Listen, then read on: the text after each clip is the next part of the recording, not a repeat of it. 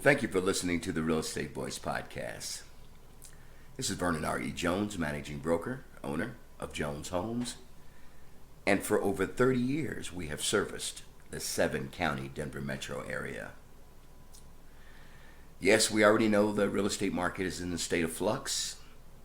Interest rates continuing to rise. How far they will go, purely that's going to depend on how the Federal Reserve Board affects them. Buyer inventory shrinking as interest rates go up.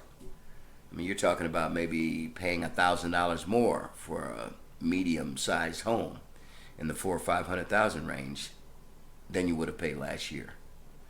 So $1,000 more. Not everybody has that in their drawer.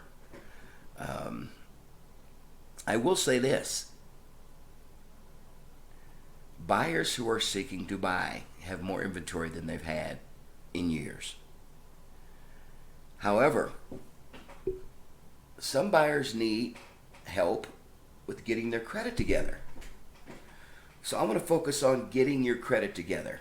Whether you're a first-time home buyer or you've owned a home years back and you're thinking about doing it again, I just want to talk about some ways to boost your credit score, just so you kind of have it in your dossier of knowledge.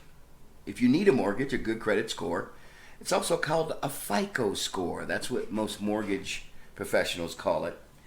And a lot of it's within your control. Basically, a credit score is a simplified calculation of your history of paying back debts and making regular payments on loans. If you're borrowing money to buy a home, lenders want to know you'll pay them back, obviously, and in a timely manner.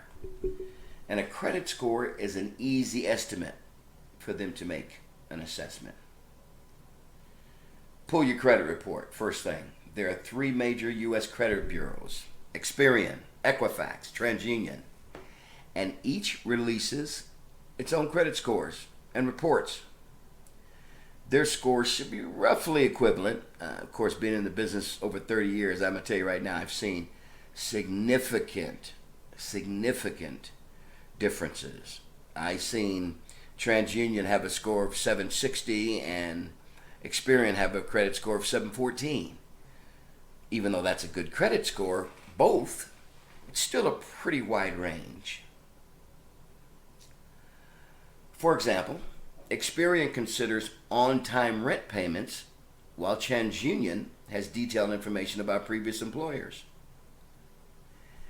To access these scores and reports, you can go to a website called annualcreditreport.com, where you can get a free copy of your report every 12 months from each credit reporting company. It doesn't include your credit score, though. You have to go to each company for that and probably pay a small fee. Most mortgage brokers, if you're thinking about buying a house, they'll pull your credit for you and they'll tell you, hey, this is what you can buy if you repair this. Because this takes a certain amount of time to cure off or get off your credit report, which will boost your credit scores. Or they may tell you, look, you can buy now if you have the capital. But I would still always pull one once a year just to go through it to make sure the data is correct. It's probably not going to be perfect, but make it be correct as possible by calling the individual credit reporting companies on your report and telling them, hey, this is wrong. This needs to be corrected, and I have documentation to support why I believe this needs to be corrected. You can also check with your credit card company. Discover, Capital One, offer free access to scores and reports. Once you've got your report, again, I'll say this again, thoroughly review it page by page, particularly the adverse account section, public record information, or court information. You know, did you file a bankruptcy? Is there a lien against your name for whatever reason?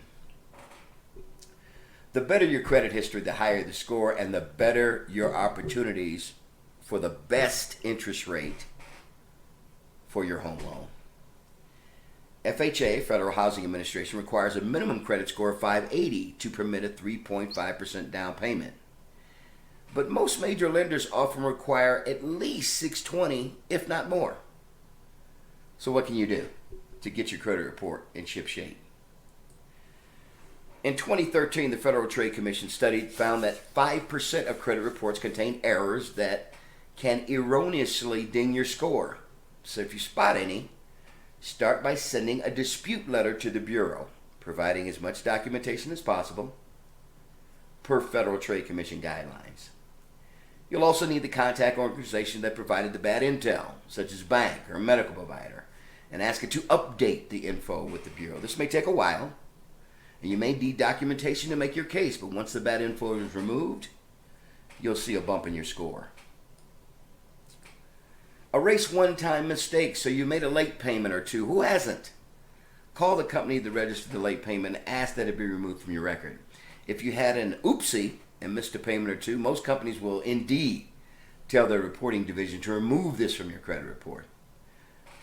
Granted, this won't work if you have a history of late payments, but for accidents and one-time boo-boos within a year, it is an easy way to improve your credit score. And believe it or not, this does work. That does work. Increase your limits. One no-brainer way to increase your credit score is to simply pay off your debt. Again, pay off your debt. If it's not an option right now, here's an interesting loophole. Ask your credit card company to increase your credit limit instead. Don't use it, but increase your credit limit. This improves your debt to credit ratio, which compares how much you owe to how much you can borrow. And lenders look at this and they have a guideline they have to follow as well. Having $1,000 of credit card debt is bad if you have a limit of $1,500. It isn't nearly as bad if your limit is $5,000. The simple math. Although you owe the same amount, you're using a smaller percentage of your available credit, which shines on your borrowing practices. I've had a lot of lenders speak with me and dealt with credit reporting agencies, credit repair companies, and all of them say having your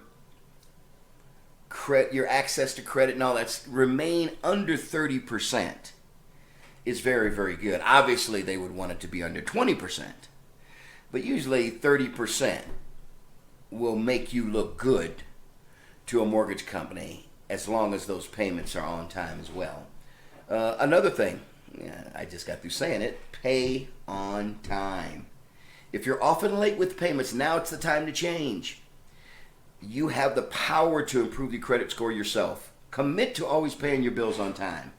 Consider signing up for automatic payments. That's exactly what I do. And don't carry your credit cards with you all around. You might take one or two that you may use, but I always say if you can't pay with a debit card, don't buy it. That's my own personal thought. But I would tell you, leave most of your credit cards at home. Don't carry all of them with you. Put them at home, put them in your safe, okay? Now, I will tell you this. Give yourself time. Unfortunately, negative items such as those habitually late or non-existent payments can stay on your report for up to 7 years. The good news?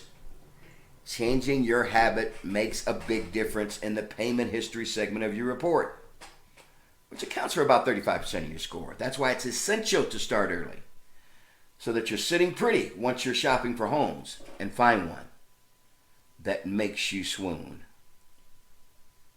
Any questions about your credit report? I have access to multiple mortgage people who can pull your credit for free and give you an update or an idea of what you need to do to get your credit together to buy a home. And understand, that's no cost. Even if you can't buy now and you're thinking about buying a year from now, it's good to get your credit pulled now so you know what you have to repair. And that year will give you time to do so. Thank you for listening to the Real Estate Voice Podcast. I'm Vernon R.E. Jones. Any questions, please feel free to give us a call at 303-359-8218. As always, please be safe.